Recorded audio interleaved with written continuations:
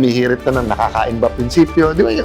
So from mild jokes to a mindset. to ano din, to heinous crime.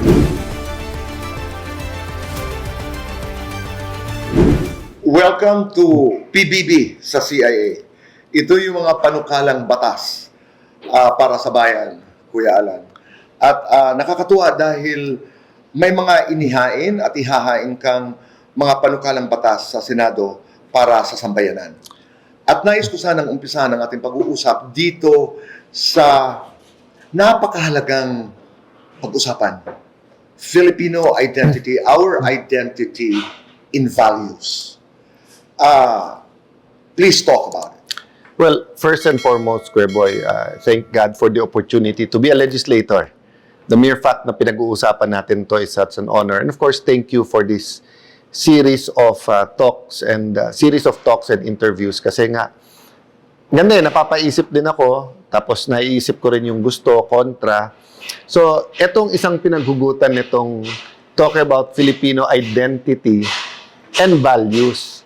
Kasi Kuya Boy, just the word value, di ba? When you say value, ibig sabihin, anong mahalaga sa'yo? What do you value? What do you value most? What is your values, di ba? So pagka ganon, napapaisip ka, ano ba yung pinaka-importante sa'yo? And marami nagsasabing, tell me what your values are.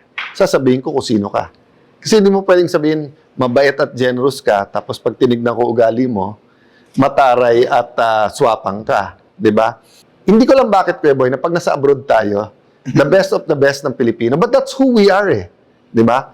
So yun po, so over the years, decades na nasa Kongreso ako, naisip ko na, bakit hindi tayo magkaroon ng isang council kung saan ang pag-uusapan lang, hindi yung business values, family values, values ng isang grupo, values ng religious group, pero ano yung common values natin lahat? Kasama siyempre dito yung religious leaders, but kasama din yung student leaders, kasama din yung mga statesmen and stateswomen ng ating bansa, business leaders, media leaders, etc. And then, bakit hindi ito ituro? So, when I was speaker, ang naipasa namin yung GMRC, di ba? Yung Good Manners and Right Conduct. So, hindi ko rin alam yun kasi hindi ko inabutan yon. So, nung time namin, may 15 minutes na sa homeroom muna, more of announcements yun eh. But paulit-ulit sinasabi sa amin, alam mo ba dati, meron good manners and right conduct. And may grade yon. So by the time I became speaker at marami nagsasabing problema natin ugali, problema natin values, problema natin prinsipyo. Dati nung bata kami, pera ba o prinsipyo? Ang sagot parati, prinsipyo. Ngayon, may humihirit na ng nakakain ba prinsipyo? Di ba yun? So from mild jokes to a mindset. To a mindset, to ano din, to heinous crimes. Yes. Wala tayong pinaka-basic na common na values, moral standings, etiquette, etc. So, pag sinabi mo ngayong bastos, iba-iba ang definition natin sa bastos. Pag sinabi natin mabait na bata yan, iba-iba definition natin. So, I believe, mas mapapastrengthen natin kung sino ang Pilipino. First, sa sarili natin mata. Pangalawa, sa mata ng buong mundo. Kung klaro din sa atin na itong 5, itong 10, itong 15, core Filipino values to. And then tinuturo. Turo mo sa school, turo mo pag naging government employee yan. Lahat ng programa natin, mag-uugat yan sa values eh. So the last point, Kuya Boy, ayuda. From something very good nung pandemic, to something very well abused ngayon na kaliwat kanan. Bakit? Hindi rooted yung programa sa ayuda sa values. Naging root siya sa from a value which is bayanihan and survival. Kaya nga yung title nung unang 10,000 na binigay natin per bahay, 5,000 na gives was bayanihan. Bayanihan 1 and 2. After that, palaki na yung ayuda, pero halos wala ng control eh. So yung iba, doble, triple, yung iba, sinasabi, kinakaltasan, yung iba, ginagamit daw sa politika, yung iba, sila din daw, buong pamilya, kumukuha. Kasi nga, the program is not rooted in any core Filipino value.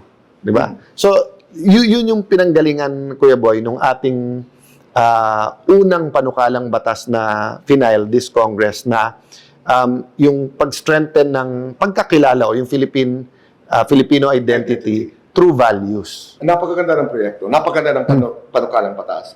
So, bali kung tama ang aking pagkadinig, ay itong batas na ito, kung maipasa, will identify our commonalities in the context Yeah. of values. So you'll have different groups Right. forming a value commission, Oh, but you will also have an interfaith council.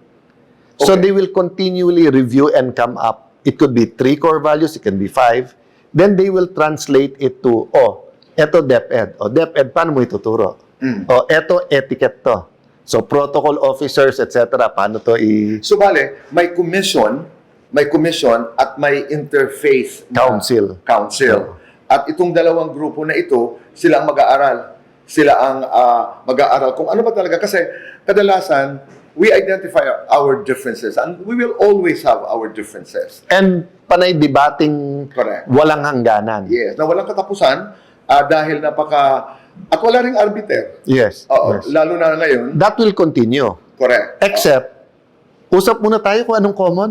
Right. It's discovering, it's finding out, and agreeing together what our common values are. Nasa palagay ko ay napapanahon.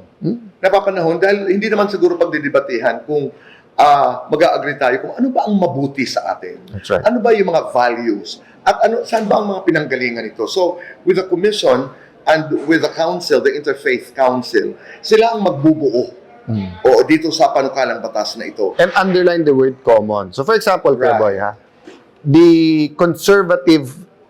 some conservative groups and let's say the LGBT groups, maraming debate. And it's from bigger issues like same-sex marriage to something we all say we don't disagree, which is anti-discrimination. Wala pa akong naririnig na Pilipino na sasabing, payag ako sa discrimination. So why don't we start with what's common? So have all the different groups, whether ikaw ay pro o anti same-sex marriage, what do you agree on? Di ba? We agree on respect. We agree on love. We respect on ganito. Sige, let's put that down. Tama. As meron tayong uumpisahan. Yes. So, nakikita ko, may mga parents na nagdi-disagree ng grade 2, grade 3, sasabihin mo kung ano ang sex, kung anong LGBT, etc. Okay, ma'am, sir, do you disagree na grade 2, grade 3 pa lang turuan natin ng respect, honor, non-discrimination? Hindi, pwede yun. At least may first base na tayo. Right. Di ba? Yes, our definition of home run might be different kasi yung second base mo at second base ko. But sa first base, which is what's a value we should teach everyone? Walang pupuntahan yung debate natin kung hindi mo na klaro anong pinagdidebatahin natin. And hindi magiging klaro where we disagree until we're clear what we agree on. If we focus, Kuya Boy, on disagreeing, would we have been friends? Would we have this show? We started muna where we agree. And now and then, we disagree with a couple of things. Diba? But we know what we agree on. So yun, Kuya Boy, yung ugat nung bill na yun. Kasi feeling ko, pag yun napasa at nagawa, hindi lang napasa, nagawa, yung mga programa natin, mas maganda na debate. Nakakaganda dito sa iyong panukalang batas ay it initially recognizes the division.